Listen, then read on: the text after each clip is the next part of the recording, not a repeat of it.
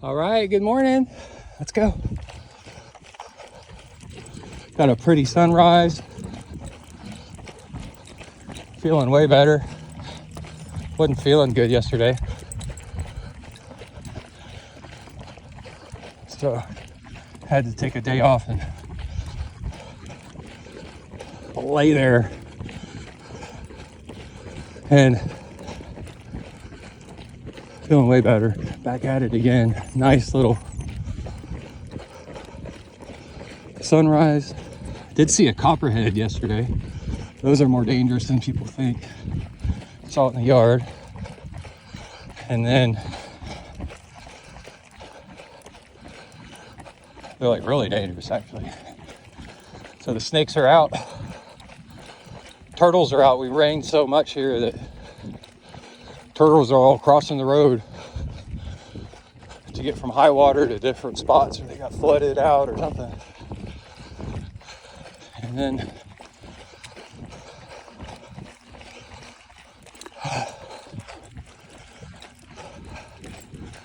I'm taking a break. Let me see if I can switch hands here.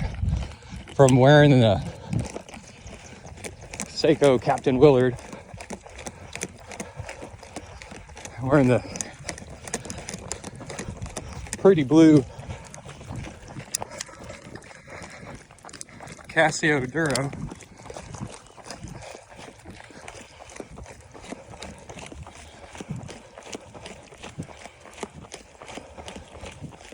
Trying to decide what I'm doing this weekend. Do something for my mom and Mother's Day, for Emily. All you dog moms out there too. Smell something? And there's a crow. He just flew across right there. That's getting picked on by maybe mockingbirds. He's eating something that they don't like. And so they're attacking him. It's the styles of the morning. And with the,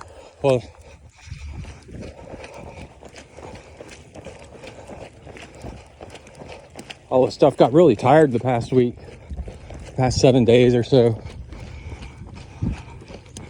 Going to Tyler one weekend and moving furniture. I don't do good with traveling. It wears me out. We all have our own little quirks. And going out of town weekend after weekend after weekend, and plus then stuff piles up and it wears me out. So going to Tyler one weekend. I don't even remember what I did the weekend before that. And then help move furniture. Do a little bit of work around the yard and stuff for my father-in-law's place. And then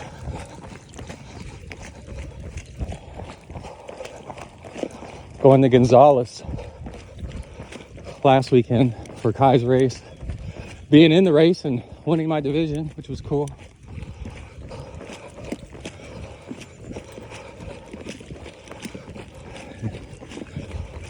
And now Emily wants to go to Tyler again. It's a 3.5 hour drive each way.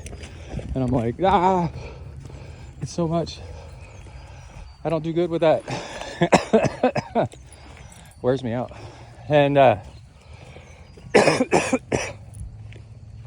but sometimes that's what you got to do. Have family living in different directions, 3 hours. Well, 1.5 hour one way and 3.5 the other way.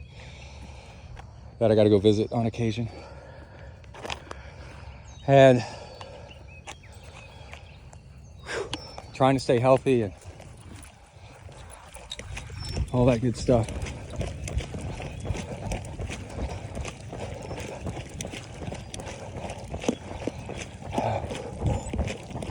But anyway, feels good. Nice Texas morning. Oh yeah, so the Casio Duro is like a super inexpensive but majorly badass watch, and it's infamous and famous for Bill Gates used to wear one. And one of the things that it's got a rotating bezel, you know, saying time stuff and whatever. It's waterproof to 50, 100 meters, 100, you know, something. It's got a swordfish on it on the front.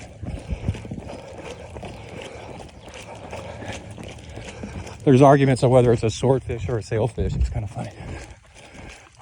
Whatever everybody thinks it is, it's actually not. It's the other. I forgot. But then the thing is it's quartz instead of automatic. And quartz gets a bad rap because it's so inexpensive to make. The way quartz works is you just pump electricity through it, like from a watch battery, and without fail, it kind of like a capacitor, a regulator, it pumps electricity out the other side of the quartz crystal at this exact rate. And then you use that exact rate to push the watch movement. And even though an automatic never needs batteries, they're not maintenance free. After, you know, automatic moves based on a cam inside that swings because of your arm movement, and that's what powers it.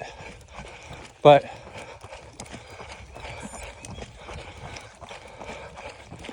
an automatic, depending on the quality, loses or gains time over the period of a few days to a week, of let's say a minute. But you think that's not a big deal. But in today's world, a minute is people can't believe it that you're off by a minute, you know.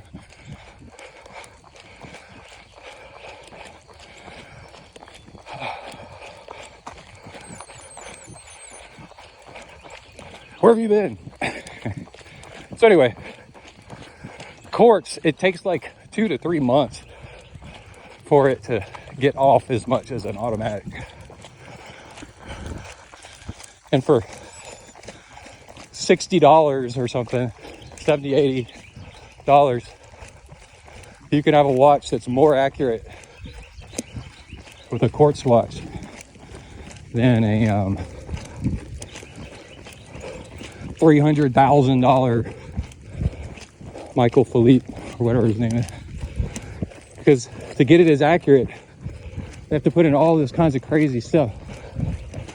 So automatics become a sign of luxury and sophistication. Look how much I spent on this watch that's not as accurate.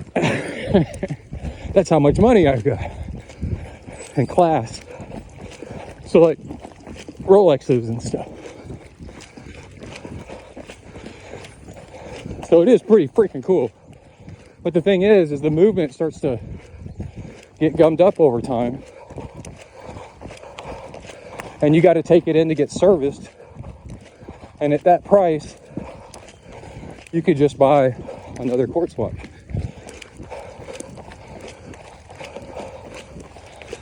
So it's really interesting to wear the two different watches.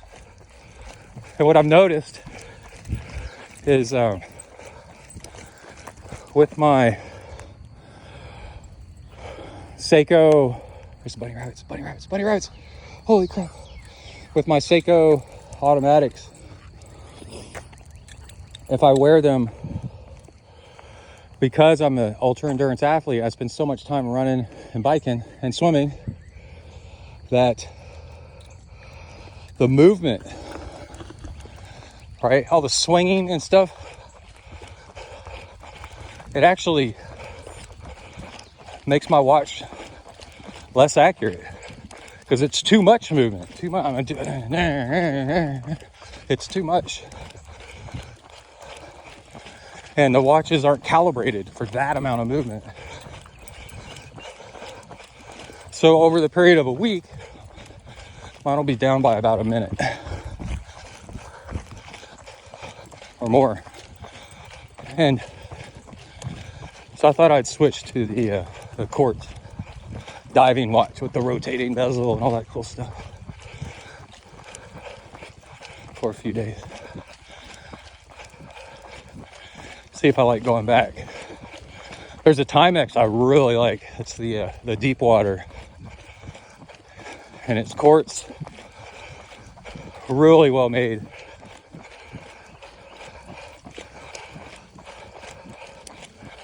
Diving watch, but it's a little expensive because it's so nice. It's like $250. I'm like, I need to buy it. Better arrow bars. So choices. And also for just a little bit more, maybe the same, I could get that T-Rex.